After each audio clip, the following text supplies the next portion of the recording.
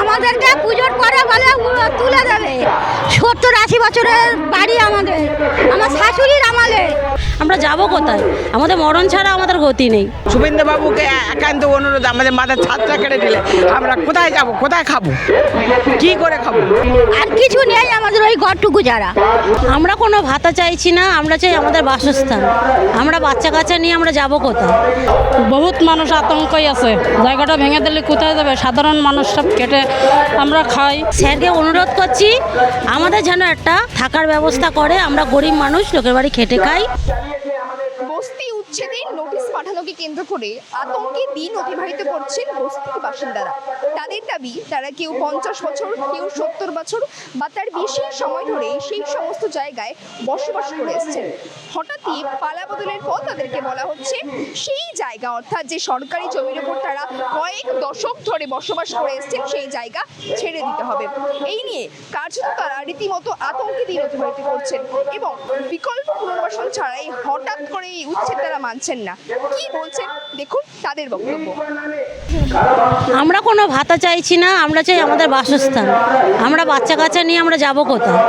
আমাদের মাথা গোজার জায়গা যদি না থাকে, আমরা বাসস্থান নিয়ে কি করব? স্যারকে অনুরোধ করছি আমাদের যেন একটা থাকার ব্যবস্থা করে। আমরা গরিব মানুষ, লোকের বাড়ি খেটে খাই। আর কিছু বলার নেই, স্যারকে এটাই আবেদন আমরা করছি। আমাদের মতো সাধারণ মানুষ, গরিব মানুষ, লোকের বাড়ি বাসন মেজে খাই।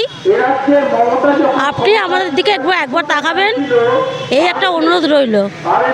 আপনারা যে জায়গায় থাকেন, যাদবপুর বা তার আশেপাশের এলাকা, সেই জায়গা তো সরকারি জায়গা। এর আগে কোনো সরকার কোনো রকম কোনো সমস্যা করেনি? অনেক সরকার এসছে গেছে, কিন্তু তখন তো আমরা ছোট ছিলাম, ঠিক বলতে পারছি না। আমাদের সামনে এখন যেটা হচ্ছে সেটা আমরা তুলে ধরছি। আমাদের বাচ্চা কাচ্চা নিয়ে ওখানে খেটে খেতে হয়, বাচ্চারা স্কুল পাঠ করে, শ্বশুরবাড়ি কিচ্ছু নেই। আমরা এরকম একটা ঝোপড়া মতো। সরকার সরে যাওয়ার জন্য অতটা ঠিক আমি বলতে পারছি না, কিন্তু আমাদেরটা আমরা বলছি। আমাদের মতো সাধারণ মানুষ প্রচুর আছে। স্যারকে অনুরোধ করছি যে স্যার যেন আমাদের দিকে তাকায়, আমাদের একটা মাথা গোজা ঠাঁই যেন দেয়। আমরা যাব কোথায়? আমাদের মরণ ছাড়া আমাদের গতি নেই। যাব কোথায় বাচ্চা কাচ্চা নিয়ে?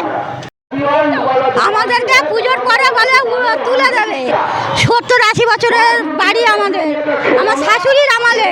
আমাদের সব ছোটোবেলায় বিয়ে হয়েছে, আর আমার দুটো ছেলে ছিল। একটা ছেলে মারা গেছে, আর ছোটো ছেলেটা মাছ দোকানে কাজ করে। আর কিছু নেই আমাদের, ওই ঘরটুকু যারা। ওই যে চ্যাটার্জি পাড়ায় ঠাকুরিয়ার লাইনে ধারে। হ্যাঁ, ঠাকুরিয়ার লাইনে ধারে, লাইনে ঠাকুরা এল কলোনি, ঠাকুরা এল কলোনি। সরকার থেকে বলছে এদিকে ওদিক সব ছবি তুলে তুলে নিয়ে যাচ্ছে, আর দুদিন পরে বলবে চলে যাও। এই তো, আর কি বলবো? শুভেন্দুবাবুকে একান্ত অনুরোধ, আমাদের মাথার ছাদটা কেটে দিলে আমরা কোথায় যাব, কোথায় খাবো, কি করে খাবো? এই আমাদের বক্তব্য। থাকতে দিক, দোকান তো ভেঙে দিয়েছে, দুনিয়া সব নিয়ে নিয়েছে, তাহলে এবার আবার কি করে খাবো? রাস্তা রাস্তা ভিক্ষা করলে দোষ, একটু চা বিক্রি করতে গেলে ধরবে, তাহলে কি করবো? কি করবো? পয়সা চলে যায়, যেটুকু টাকা দেয় সেটুকু ওষুধের পয়সা চলে যায়। ওষুধের তাও হয় না, তাহলে আমরা চালাবো কি করে? আমাদের একটা কিছু না ব্যবস্থা না করে দিলে একটা কিছু তো দিতে হবে। অনেক বছর আমাদের বাপ ঠাকুরদা মরে গেল, আমার বাবা মরে গেল, ঠাকুমা মারা গেল। 50 বছর ধরে আছে। 60 বছর হয়ে গেল, বাবা মা সব মরে গেল, ঠাকুমা মরে গেল। সরকারি জায়গা, রেলের জায়গা সমস্যা হচ্ছে কি? যে সমস্যা, কিচ্ছু সমস্যা ছিল, কিচ্ছু সমস্যা ছিল না। তৃণমূল কংগ্রেস কি সেখানে আপনাদের থাকার জন্য কোনো কাটমানি নিত? না, কিচ্ছু নিত না, আমাদের কিচ্ছু।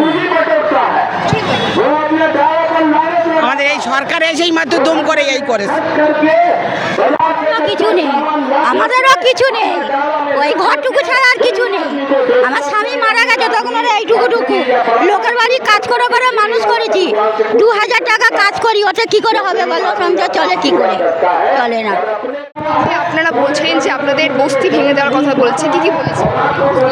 আমাদেরকে নোটিশ দেয়নি এখনো, কিন্তু বিভিন্ন জায়গায় বস্তি বাড়ি সব ভেঙে দিচ্ছে।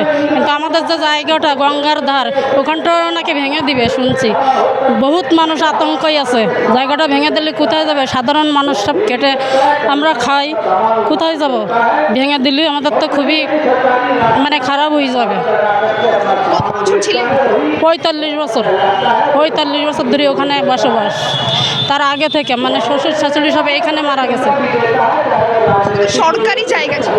সরকারি জায়গা ওটা ছিল, কিন্তু খাজনা দিতে হয়, ওটা রিনিউ করতে হয় 5 বছর পরে পরে আমাদেরকে। মানে রিনিউ করতে হ্যাঁ। কত টাকা লাগে? কত টাকা লাগে করে দেন? 5,000 এরকম লাগে। ঘর পিছু সবাই টাকা দেয় রিনিউ করার জন্য। আচ্ছা। ওটা রিনিউ হয় প্রত্যেক 5 বছর অন্তর অন্তর ওটা রিনিউ হয়।